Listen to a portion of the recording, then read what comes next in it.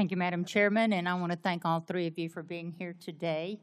I am going to direct my first question to Secretary Rollins, and again, I want to commend you publicly for the outstanding job you're doing at USDA. You know, this is my world.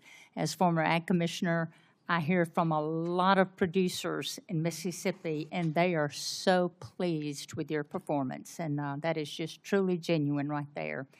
But I'm pleased to see the administration's supplemental request as for ag producers, because before I comment on that, I just want the entire committee and administration to take note of the tremendous timber losses as well in places like Mississippi due to winter storms and the tornadoes we've had there.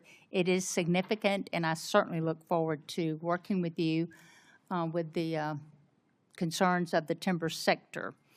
Regarding this supplemental, you know, our row crop producers, as you've mentioned in your opening remarks, they are truly in a serious situation. I've talked to multi-generation farmers back home who are the best of the best that did not even plant this year because they could not make the numbers work. And producers in Mississippi and nationwide, you know, we continue to face these economic conditions. They're not going away anytime immediately or soon, but we've seen the commodity prices drop and the input costs just go through the roof. If we want the next generation to stay on the land, Congress, we're going to have to take this opportunity to provide this critical market assistance for our farmers and enact policies that build structural demands for commodities like the Buy American Cotton Act, that year-round E15, all of which would make the paths better, more favorable for these producers going forward. But I appreciate the administration's effort to this date, including the Farmer Bridge Assistance Program that was so valuable, implementation of the updated Farm Safety Net with Working Families Tax Cut Act, and now the supplemental request before Congress. But will you speak to why it's critical for Congress to act swiftly to pass this supplemental and the need for us to pass legislation that drives the demand for farmers' products?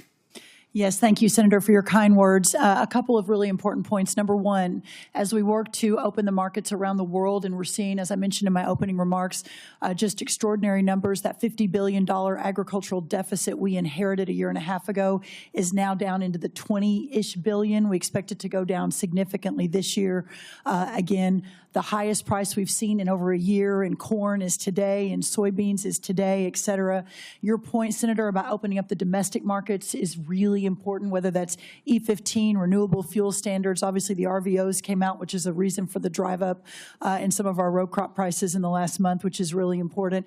But also, as I mentioned, bringing the cost of inputs down. We are expanding fertilizer, the largest ammonia plant. We're going to break ground in Louisiana in 2 weeks, reshoring, bringing back to America real fertilizer production.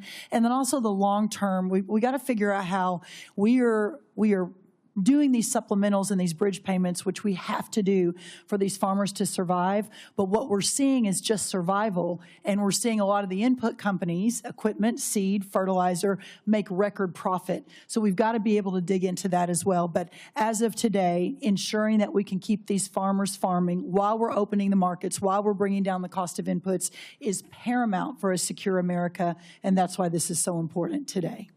Thank you very much for that. And Secretary Hegseth, thank you for being here and the amazing job that you're doing. I have the utmost respect for you, your team, and what you're accomplishing.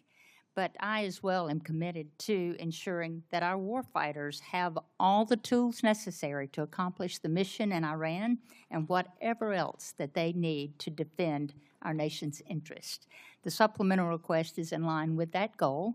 And I'd like to shift my conversation right now quickly to shipbuilding, which is extremely important to the state of Mississippi and our country's ability to protect itself. The President's FY 2027 budget requests funding for one DDG-51, while Navy leaders have said their goal remains to build 2 destroyers a year. And at the same time, the department is exploring options for using allied shipyards and overseas fabrication in future naval construction, which raises questions about the long-term role of the American naval industrial base for shifting work away from domestic shipbuilders. Shipyards like Ingalls in Mississippi, which I would love to invite you down to there. It is amazing, and the thousands of suppliers and small businesses they support, they need the confidence that the work will be there so they can invest in new facilities, hire and train skilled workers, and expand capacity that we will need in the future. Will you help or talk to us about the department's short and long-term shipbuilding plan and how it gives industry the confidence to invest? You just made the case for this generational investment because of the underinvestment, Senator, in shipbuilding in the previous administration. Just static, flat, bureaucratic, slow. We're having to revitalize that industry, and one DDG is a reflection of a backlog in capability. So as we ramp on more capacity, those numbers of DDGs, the workhorse of our Navy, will go up as we grow that force. The Senator's time has expired.